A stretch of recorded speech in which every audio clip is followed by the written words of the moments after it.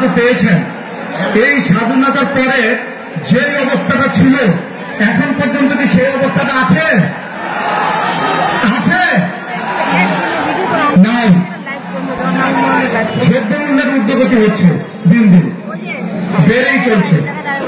সেই দ্রব্যমূল্যের ঊর্ধ্বগতি একটি নির্দিষ্ট মাত্রার মধ্যে রাখার জন্য এবং দেশের যে আইন শৃঙ্খলা পরিস্থিতির অবনতি, আইন শৃঙ্খলা পরিস্থিতির অবনতি প্রতিরোধ করার লক্ষ্যে এটা যাতে একটু স্বস্তির অবস্থায় আসে এবং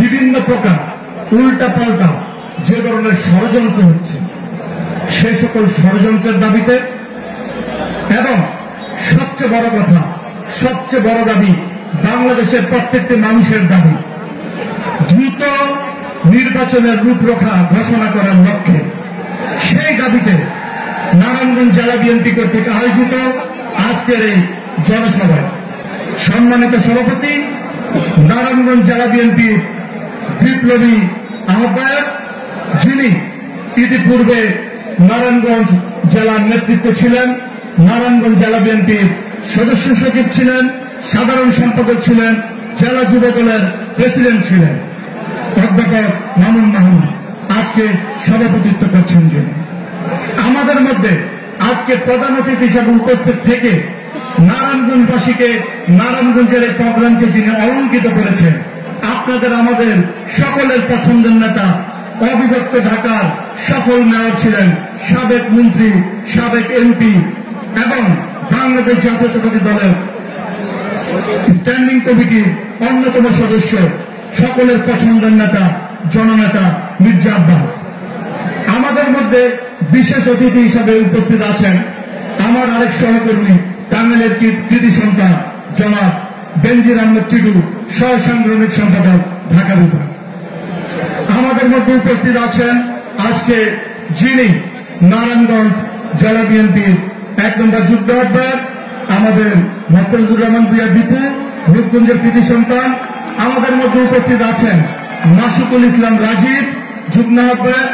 আমাদের নারায়ণগঞ্জের সকল আন্দোলন সংগ্রামে যিনি রাজপথে ভূমিকা রেখেছেন, বারবার জেল খেটেছেন, কারা নির্যাতিত হয়েছেন, আপনাদের পছন্দের নেতা, সকলের পছন্দের নেতা রাজীব। আমাদের মধ্যে উপস্থিত আছেন কেন্দ্রীয় নির্বাহী কমিটির অন্যতম সদস্য কাজী মনিরুজ্জামান মনির ভাই সহ আমাদের মধ্যে উপস্থিত আছেন সোনারগাঁয়ের কৃতি সন্তান, সোনারগাঁয়ের সোনার ছেলে, আমাদের কেন্দ্রীয় নির্বাহী কমিটির সদস্য মান্নান ভাই।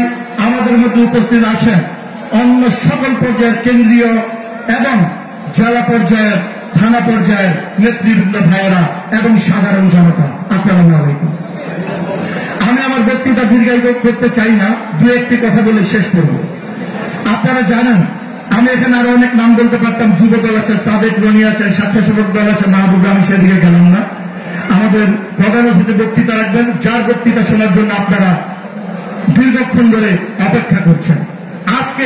নারায়ণগঞ্জে যে সমাবেশ হয়েছে, এই সমাবেশ কিন্তু মহাসমাবেশে পরিণত হয়েছে, ঠিক কিনা ভাইয়েরা? আপনারা দেখেন ওইদিকে যদি আপনারা চাষারা মোড়ে যান, চাষারা মোড় পার হয়ে গিয়েছে, লোকজন ওইদিকে হাঁটাহাঁটি করছে, টোটাল রাস্তা ব্লক হয়ে গিয়েছে। পিছনের দিকে যদি আপনারা খানপুরের দিকে চলে যান, পিছনের রাস্তাগুলো টোটাল ব্লক। তার মানে লোকজন আজকের এই জনসভাকে আমরা নারায়ণগঞ্জবাসীর মহাসমাবেশে পরিণত করেছি, ঠিক কিনা ভাইয়েরা? সংগ্রামী ভাইয়েরা, আমি বলতে চাই আজকে দেশে যে অবস্থা চলছে, এই যে সংস্কার সংস্কার সংস্কার নিয়ে কথা বলছে, মধ্যবর্তীকালীন সরকার বলেন আর অন্তর্বর্তীকালীন সরকার বলেন। আচ্ছা ভাইয়েরা, যেই সংস্কার নিয়ে আজকে কথা চলছে, আমাদের দেশের জননেতা তারেক রহমান এই সংস্কারের কথা কবে বলেছেন আপনারা জানেন না ভাইয়েরা? আজকে 3 বছর চলছে, জননেতা তারেক রহমান 31 দফা ঘোষণা করেছেন দেশের রাষ্ট্র কাঠামো গঠন করার জন্য এবং দেশের সামগ্রিক সংস্কারের জন্য কাজ করে যাচ্ছেন। একটি বুকলেট আছে, সেই বুকলেটটা আপনারা সবাই পড়লেই বুঝতে পারবেন। কিন্তু আমি আজকে বলতে চাই, এই সরকার সংস্কার বলে আপনারা যে সময় নষ্ট করছেন, আপনারা এগুলো বন্ধ করেন।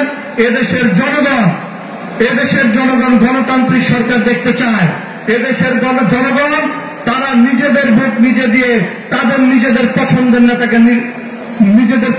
নেতাকে নির্বাচিত করতে চান, নিজেদের পছন্দের সরকারকে দেখতে চান। আপনারা অচিরেই আপনাদের মান সম্মান থাকতে থাকতে আপনারা একটি নির্বাচনের রূপরেখা ঘোষণা করেন।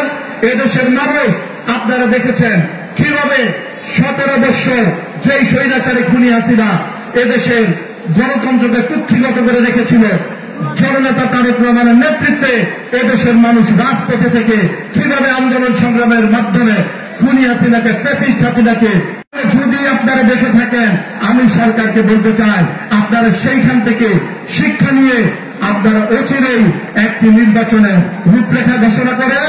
এদেশের মানুষ জননেতা তারেক রহমানকে ভালোবাসে।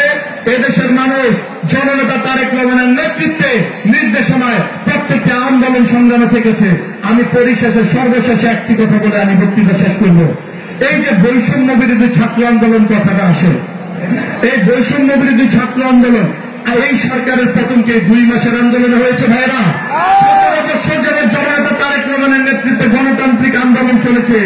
যে গণতান্ত্রিক আন্দোলনের ডাক দিয়েছিলেন জননেতা তারেক রহমান, সেই আন্দোলনের মাধ্যমে আজকে এই 17 বছরে এই গণতান্ত্রিক আন্দোলনের মাধ্যমে, যুদ্ধের মাধ্যমে আজকে এই স্বৈরাচারী হাসিনার পতন ঘটেছে। তার লাস্ট স্টেপটি হল বৈষম্য বিরোধী ছাত্র আন্দোলন। আপনাদেরকে এটা মনে রাখতে হবে। এবং আমি একটা কথাই বলবো, সবাই কৃতজ্ঞতা প্রকাশ করুন এবং আমরা সবাই জননেতা তারেক রহমানের নেতৃত্বে ঐক্যবদ্ধ আছি, ঐক্যবদ্ধ থাকবে ইনশাল্লাহ, সেই আশাবাদ ব্যক্ত করে সবাইকে ধন্যবাদ জানিয়ে এবং আমরা সবাই একসাথে জননেতা তারেক রহমানকে সুন্দর বাংলাদেশ গড়ার লক্ষ্যে কাজ করছেন, তার সাথে কাজ করার প্রত্যয় জানিয়ে আজকের প্রধান অতিথিকে ধন্যবাদ জানিয়ে এখানেই শেষ করছি। বাংলাদেশ জিন্দাবাদ, বাংলাদেশ জাতীয়তাবাদী দল জিন্দাবাদ, শহীদ জিয়াউর হক, দেশনেত্রী বেগম খালেদা জিয়া জিন্দাবাদ, এদেশের লাখো কোটি মানুষের স্পন্দন, এদেশের বীর, আমার রাজনৈতিক অভিভাবক জননেতা তারেক রহমান জিন্দাবাদ।